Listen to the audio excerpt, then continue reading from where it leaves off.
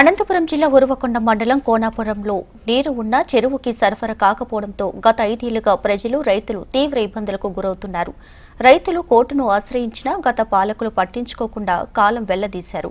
ప్రస్తుతం కూటమి ప్రభుత్వం నీటిని విడుదల చేయడంతో చెరువు నిండటంతో కోనాపురం గ్రామాల్లో దాదాపు 2000 ఎకరాలకు ప్రయోజనం కలగనుంది. ప్రస్తుతం కూటమి ప్రభుత్వం రైతుల సమస్యకు పరిష్కారం చూపిందని రైతులు హర్షం వ్యక్తం చేశారు.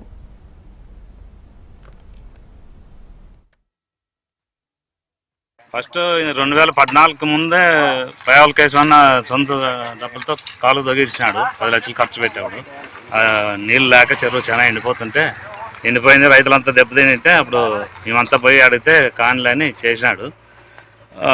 ఆ తర్వాత 7 సంవత్సరాలు బాగా కంటిన్యూ వచ్చినాయి. 2014 నుంచి 19 వరకు దగ్గరికి పోతే కేశవన్న చిన్నపన్న చదువుతో ఇప్పుడు ఈ నీళ్ళు తీర్చడం జరిగింది.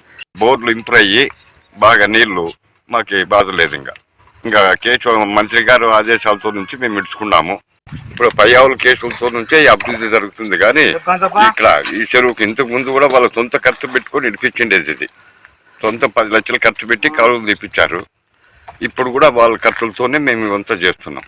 మాకు హంద్రీ నివ కాలువ ద్వారా మాకు మా ఊరు చెరువుకి నీళ్లు వదలడం జరిగింది.